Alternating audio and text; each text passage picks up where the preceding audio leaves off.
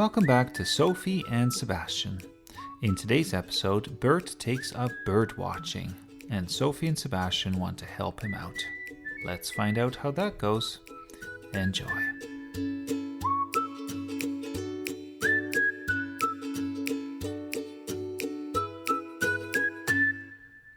It had been terribly cold for weeks. The ponds and streams had frozen shut. A thick blanket of snow hid them from view. On a clear day, you could see ice crystals glittering in the blue sky.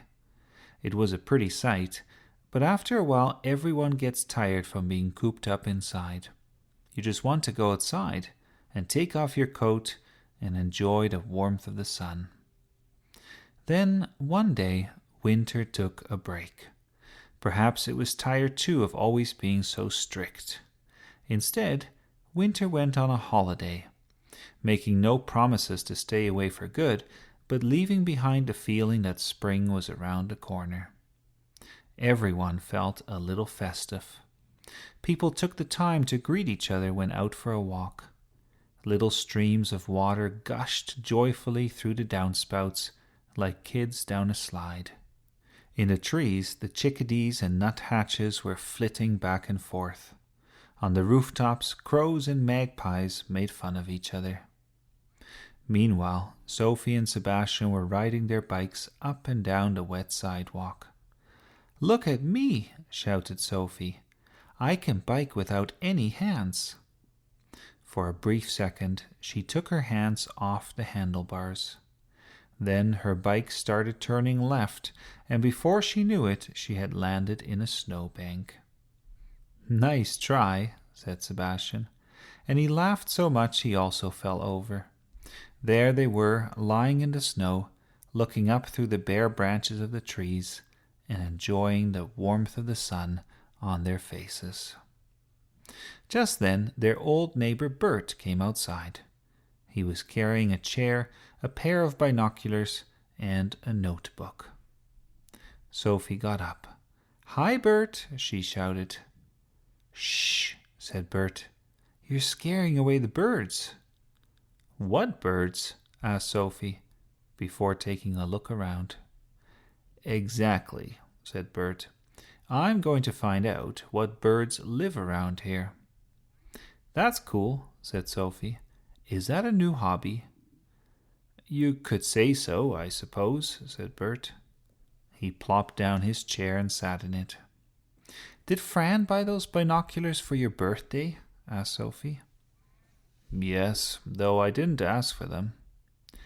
"That's the best kind of present, I think, when you weren't even thinking about it." "Well," said Bert, "now that I am thinking about it, I guess I better use it." "We can help you," said Sophie. "How about if we see a bird, we'll let you know?" "As long as you're quiet about it." That's hard to do. If we're quiet, then we can't say anything. We could, of course, use sign language. We can flap our arms like wings when we spot a bird." Bert smiled. "Sophie, you are quite the chatterbox. Now, let's watch carefully, and if you see an interesting bird, just whisper and point." So they sat for a while. Sophie and Sebastian looked in all directions, but they didn't spot any birds. Bert looked through his binoculars. Every so often he would put them down and write in his notebook. "What are you writing?" asked Sophie. "I bet I know." "Dear Diary, I can't see any birds. No birds anywhere. Still no birds. Nope, no birds anywhere." "Actually," said Bert, "I have seen a few already. I've seen a robin and a blue jay. I can see a lot farther with these." "Can I try?" asked Sophie. "All right then," said Bert. "But please be careful. Put the strap around your neck so that you don't drop them." Then Sophie looked through the binoculars. "Everything looks fuzzy," she said. "That's because you have to adjust them." When Sophie could finally see clearly, she was looking at Mrs. Wilson's porch. There was Mrs. Wilson's cat, Darcy, sunning himself on the bench. "Do cats count?" she asked. "Well, are cats birds?" said Bert. "Let me think. They like to catch birds, and then they eat them. And when they eat them, then the birds are inside them, which means that birds can turn into cats, but cats are not birds." Bert looked confused. "I don't know what you just said, but I'm not adding cats to the list."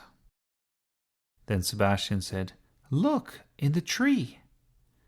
"Which tree, you silly?" asked Sophie. She moved the binoculars in all directions. "The one right in front of Mrs. Wilson's house." "Oh, the old gnarly one that used to be a girl named Emily before a witch came and turned her into a tree." "Yes, that one." Bert just shook his head. "I don't know what you're talking about," he said, "but I do see the little bird that Sebastian is pointing to. Looks like a tiny sparrow." Sophie finally spotted the bird. "Yep, that's definitely a sparrow," she said. "You can tell from their feathers." Bert laughed, but he wrote it down in his notebook. When he looked up again, he said, "Looks like Darcy has spotted the sparrow too." Sophie looked back at the porch. It took her a bit, but she eventually focused on Darcy, who was slowly stalking towards the tree. Sophie checked the tree again. The sparrow had not moved. "Oh no," she said. "We have to warn the sparrow."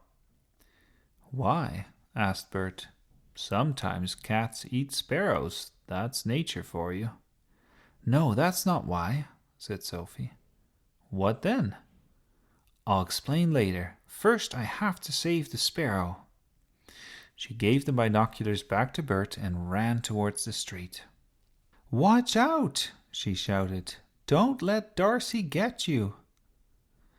A mother pushing a stroller down the sidewalk looked at Sophie curiously, but Sophie didn't notice. "He'll eat you," she shouted. "Don't let Darcy eat you." Sophie stood at the edge of the road, right on the curb. She could see Darcy crouching, about to jump. Closer and closer he crept. All of a sudden he leapt up fast as lightning. But the sparrow was faster. Whether it had heard Sophie we'll never know, but it barely managed to escape Darcy's claws. "Phew," said Sophie when she came back. "That was a close one." "But why did you want to save the sparrow?" asked Bert. "Because that's the only sparrow we've seen today, and if Darcy ate it, then we would have to scratch it off your list." "Why is that? We still saw it." "Yes, but it wouldn't be the same. It would feel like cheating." "What if it had been our second sparrow?" asked Bert. "Then I wouldn't have warned it," said Sophie, "though I would have told Darcy that he was being a mean cat. He already gets enough food from Mrs. Wilson." At that moment, Fran came outside. She brought Bert a cup of coffee and gave the kids a snack. "How is the bird watching going?" she asked. "Great," said Sophie. "Have you seen anything interesting?" "Oh, yes. Bert has seen a robin and a blue jay, and we saved a sparrow from Darcy." "Sounds exciting. And are you enjoying your new hobby, Bert?" "It'll do," said Bert. "There are worse things."